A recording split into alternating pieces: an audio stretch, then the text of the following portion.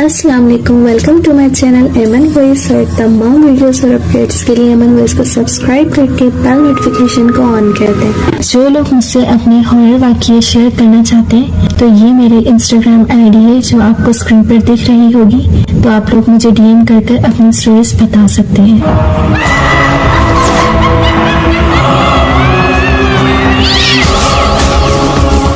अब अकरम की जगह असद ने संभाल ली थी और वो सबसे आगे चलकर इन्हें खंडरों की तरफ लेकर जा रहा था।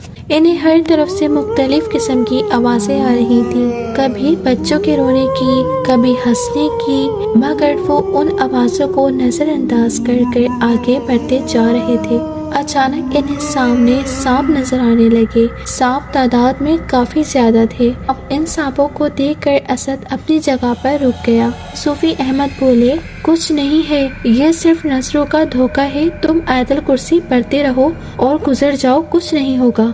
असद ने आयतल कुर्सी पढ़नी शुरू कर दी और डरते डरते आगे बढ़ने लगा। वो जैसे ही आगे बढ़ता सांप पीछे होते रहते। ये देखकर असद का हौसला और बढ़ गया और वो बिना खौफ के आगे बढ़ रहा था। अचानक सारे सांप गायब हो गए। वो सब तेजी से खंडरों की तरफ बढ़ रहे थे। वो जानते थे कि डायन की पूरी कोशिश होगी कि ये सब खंडरों में ना पहुंच सकें। अब सामने खंडर नजर आ रहा था। सूफी अहमद ने कहा, तुम दोनों मेरे पीछे रहो, और खुद सबसे आगे आ गए। अचानक उनके रास्ते में आग लग गई। सूफी अहमद ने अपने थैले से फिर पानी की बोतल निकाली और इस आग पर फेंक दी। आग 1 मिनट में खत्म हो गई। सूफी अहमद जल्दी जल्दी चलते हुए खंडर में दाखिल हो गए। खंडर में एक तरफ 2 लड़के और एक लड़की बैठे हुए थे, जबकि उनके पास एक लड़की की लाश भी पड़ी हुई थी। एक लड़का बोला, हमारी मदद करो, हमें वो मार देगी। सूफी अहमद बोले, डरो मत, किसी को कुछ नहीं होगा। लड़के ने पूछा, आप कौन हैं? सूफी अहमद बोले, हम तुम्हारी मदद के लिए इस डायन को इसके अंजाम तक पहुंचाने के लिए आए हैं। असद और डॉक्टर ख्वावर भी साथ ही अंदर आ गए थे। सूफी अहमद ने असद से पूछा, वो ताबूत कहाँ है? असद ने दूर एक कोने में पड़े ताबूत की तरफ इशारा किया। सूफी अहमद ने इन लड़कों और लड़की को भी एक एक तावीज़ दे दिया। सूफी अहमद ने अपने थैले से एक चौक निकाला और जमीन पर एक दायरा लगा दिया।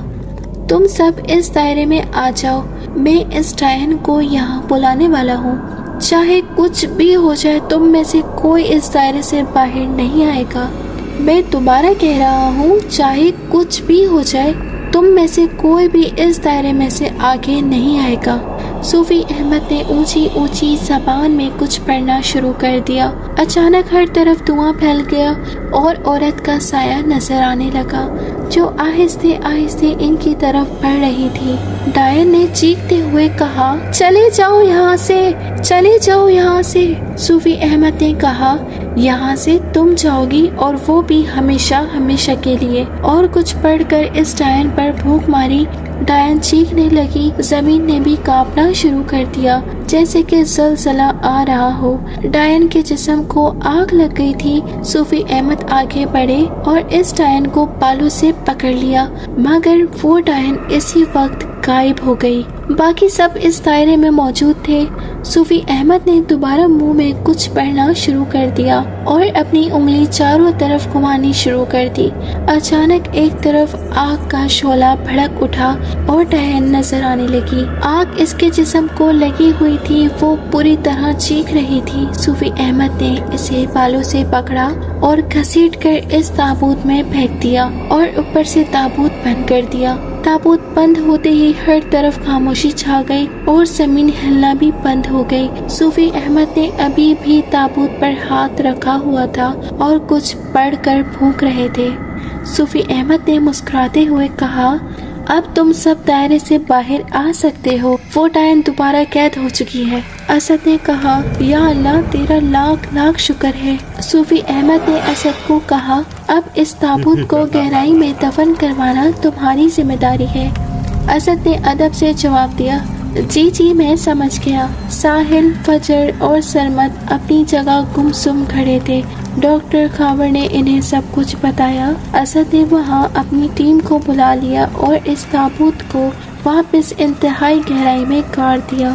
ڈاکٹر خاور اور صوفی احمد بھی واپس چلے گئے۔ ساحل، فجر اور سرمد بھی واپس جا رہے تھے، مگر واپسی پر ان کے ساتھ ان کے 2 دوستوں کی لاشیں تھیں اور وہ یہ رات کبھی نہیں بھول سکیں گے، شاید کبھی بھی نہیں۔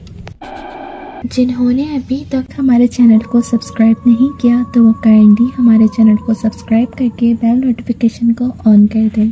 ملتے ہیں کسی اور ہارر سٹوری کے ساتھ، تو ہمارے ساتھ جڑے رہیے اور اپنا بہت سا خیال رکھیں اور مجھے بھی دعاؤں میں یاد رکھیے گا۔ So stay tune. اللہ